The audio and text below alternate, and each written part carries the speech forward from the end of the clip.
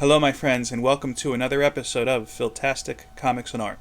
I'm your host, Philtastic Phil, and I'd like to welcome you to my channel. Today's topic is a little bit different than what we typically discuss. It has nothing to do with comics, although I'm sure that you'd agree with me by the end of this video. It is certainly something very heroic and should be celebrated as such. It also has not an art in the traditional sense. There's no pens, there's no paper, there's no paint, no canvas, nothing like that. No, today, in honor of Chef Carl Ruiz, who would have been 46 years old, today we are discussing the Art of Ruizing. Before we get into that, if this is your first time here, I'd like to invite you to subscribe to the channel, of course, and if you like this video, go ahead and give me a thumbs up, comment on anything that you like here, and of course share this video with your friends. So, I've got my Ruizing gear on, I've got my hat, as always, and this is my custom Ruizing shirt. I made this from my Instagram channel, Ruiz of the Day. So now that we're ready, let's go ahead and get started. Ooh. No, come on, man. Do like Ruizing or something. What's Ruizing? It's Ruizing. Oh, Ruizing. Oh, now you're finally going to tell me how to pronounce your last name. Because Ruizing sounds fucking dirty. It kind of does.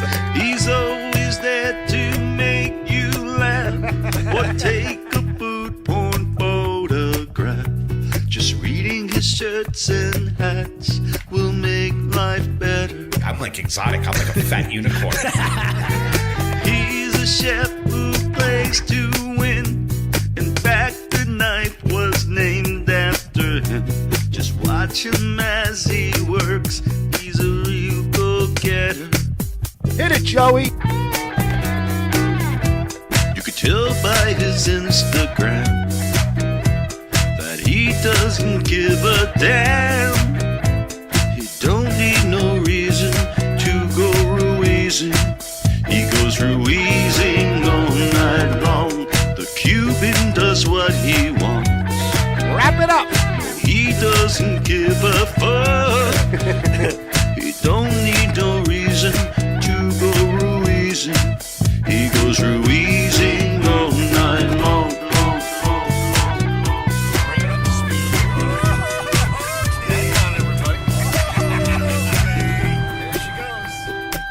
Soapy Radio. I love that song. Such an awesome and amazingly catchy tune, and it really perfectly captures the spirit of Carl Ruiz and the spirit of Ruizing, and I want to personally thank Joey Salvia for allowing me to use his great music for this video and sharing it with all of you. I'm going to have some details below on how you can find more of Joey's great body of work. But now, I know what you're thinking. What is Ruizing? As I said earlier, Ruizing is not a fine art. It's not something that you need pens or paint or guitars or anything really to do, unless of course that's your thing. Ruizing rather is an art of life, and it's a way of living your life. But you can't discuss Ruizing without discussing the man who created it, and the man who Ruizing is named after, Chef Carl Ruiz. Now, the purpose of this video is not to serve as a biography for Chef Carl. Chef's life is a story that demands more time and care than I can apply in a short YouTube video, in my opinion at least. I mean, who knows? If I ever get to do a documentary film, maybe making one about Chef's story is one I'd tackle, but I digress. I also want to state that I've never met Chef.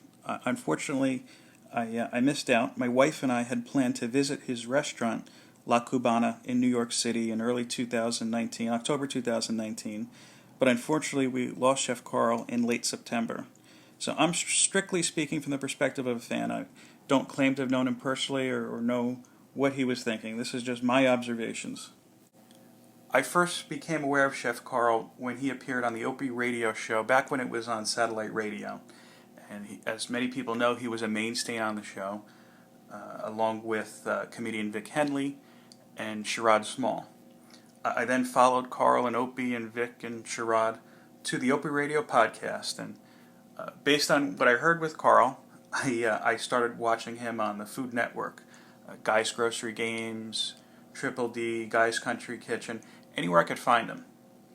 As some of you may know, I in fact have an Instagram fan page I've run since October 2018 with the chef's blessing. That's at Ruiz _of_the_day.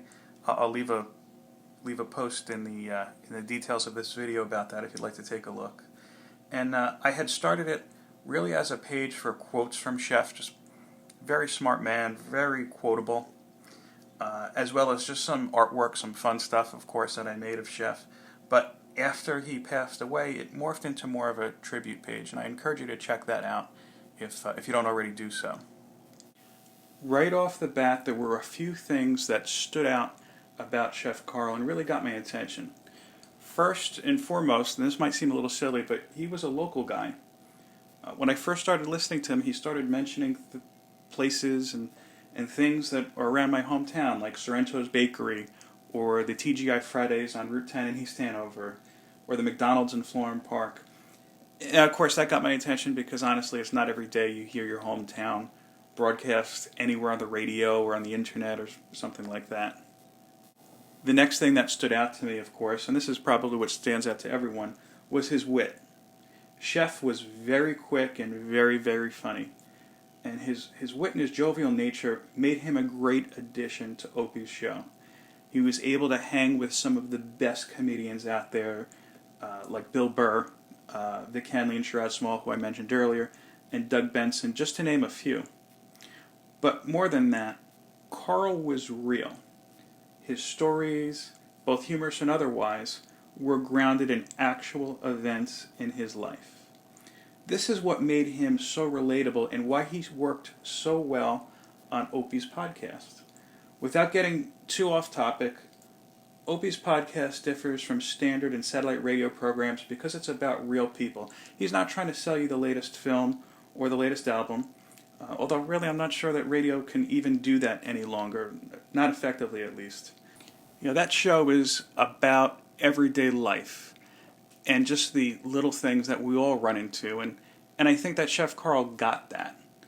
And it's apparent to anyone and everyone who listened that Opie and Chef Carl were very, very close and very good friends.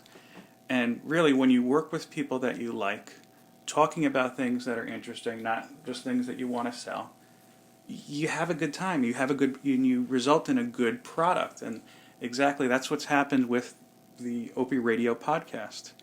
I'm going to put a link, or a few links, I should say, in the description of this video with some of the podcasts that Carl appeared on that really stood out to me. I encourage you to check it out, and of course, if you've never listened to Opie's podcast before, I highly suggest that you listen to that. Again, there's a ton of stuff that Carl recorded with Opie, but these are just a few I picked out. The next thing that really grabbed my attention about Chef is probably the thing that grabs most people's attention.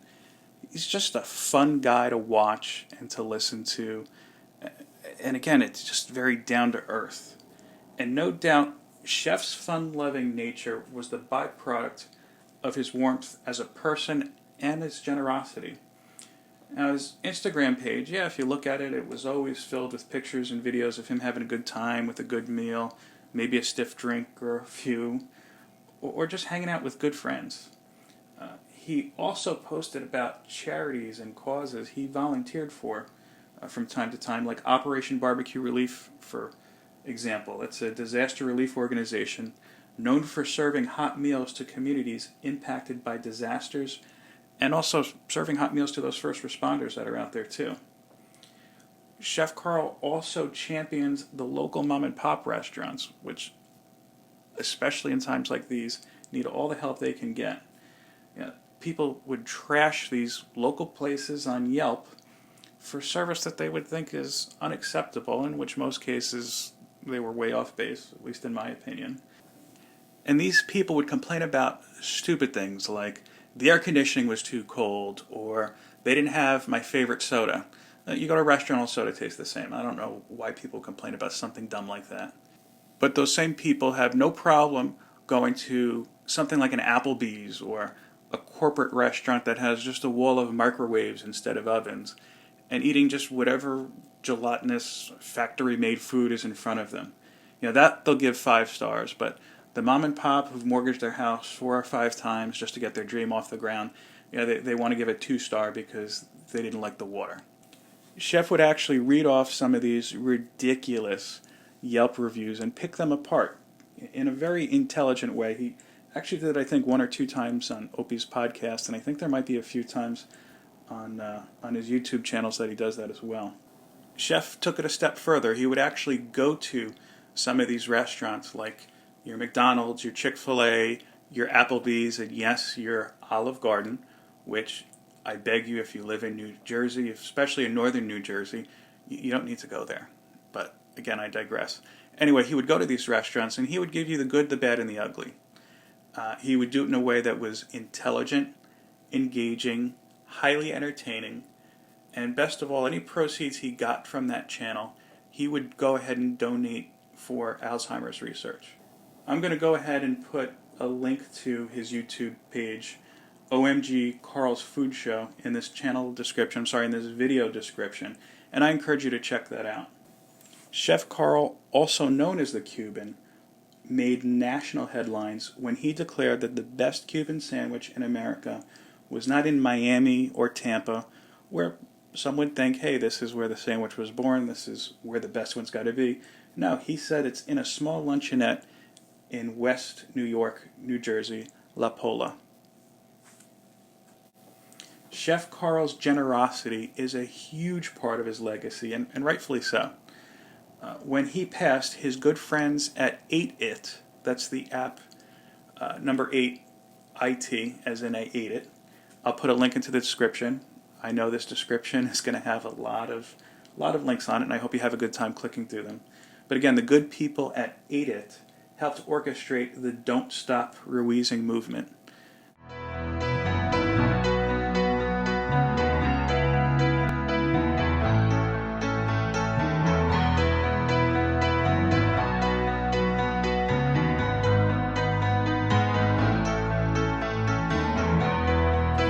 Yeah, pal, let me get 2 dogs. Yes, okay. Mustard only, please. Keep the change. Don't stop Ruizing. Hold on to the feeling. Be nice people.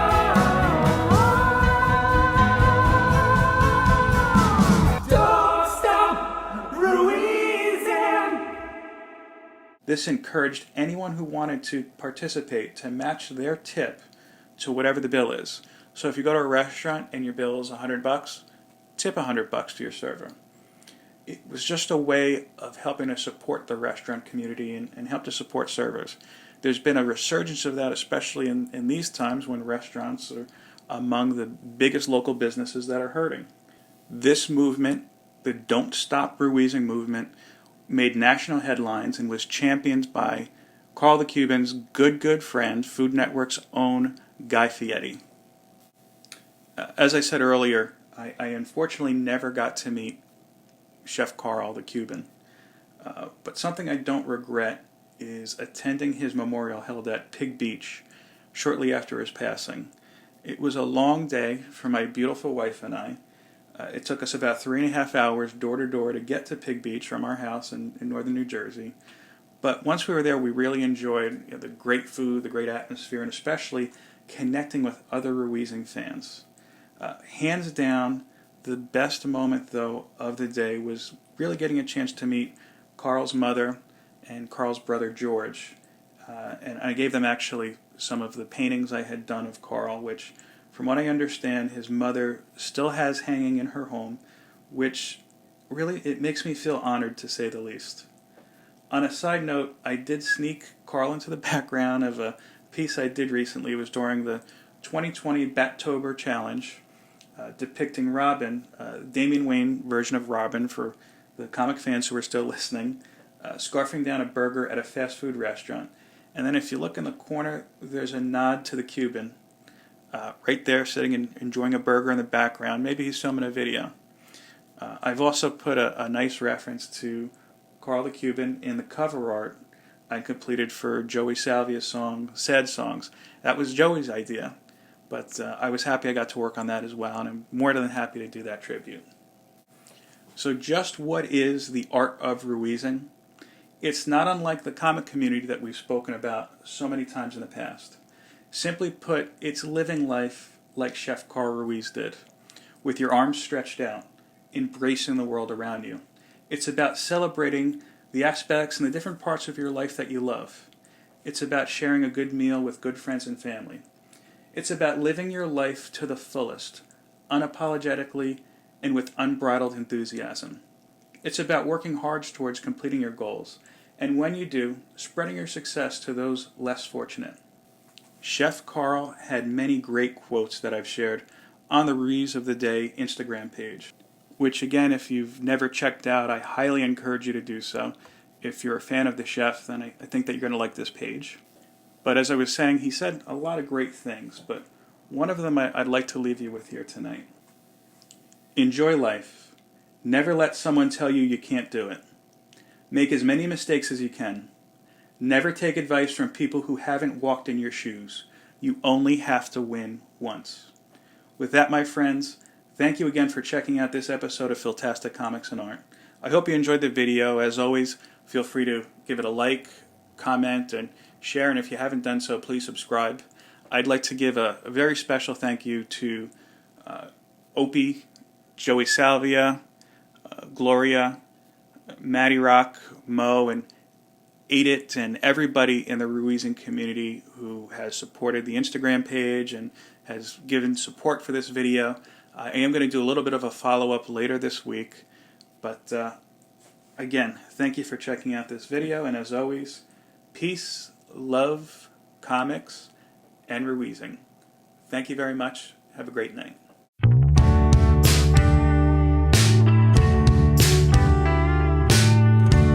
As the day fades to black each night, as the moon ushers in the sun, as the autumn leaves fall from the tree of life in the spring